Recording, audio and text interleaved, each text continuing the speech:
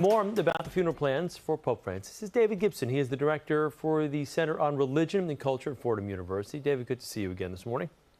Good to see you. So the Vatican announcing those funeral plans a short time ago. What will this funeral look like versus what we usually expect?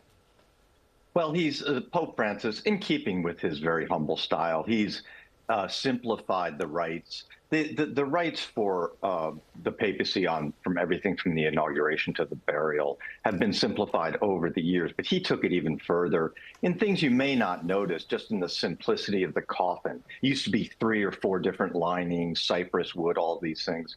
He made it a very simple coffin. I think he wanted to have a closed casket. They've got an open casket viewing now.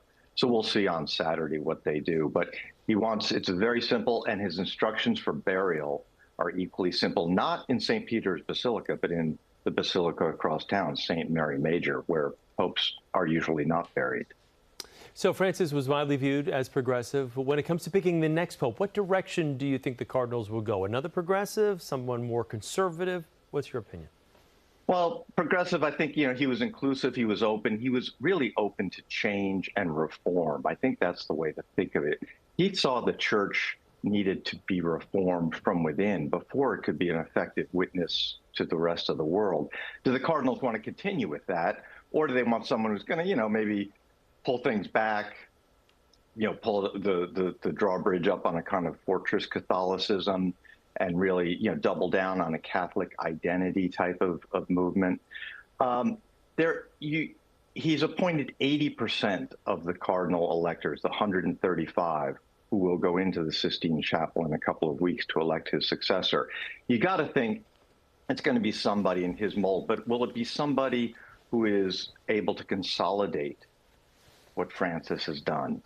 Well, is it somebody who will have that same spirit of going out there and really, experimenting, taking risks? As Pope Francis said, I want a church that goes out in the streets and risks getting hurt and having accidents, because we need to do that. We can't stay locked up in the church. David, we've never had an American pope. Do you think there is the potential that could happen? And if not, do you have anyone that you view as a front runner?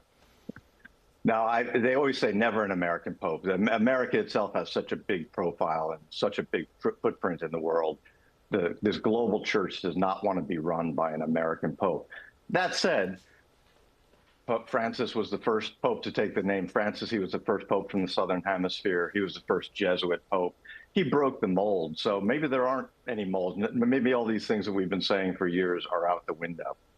Safe to say, though. Don't give me that. Don't give me to pick who it's going to be. You're not pulling for an American pope right now. David, thank you. We appreciate you taking the time. We'll be speaking with you over the next few weeks.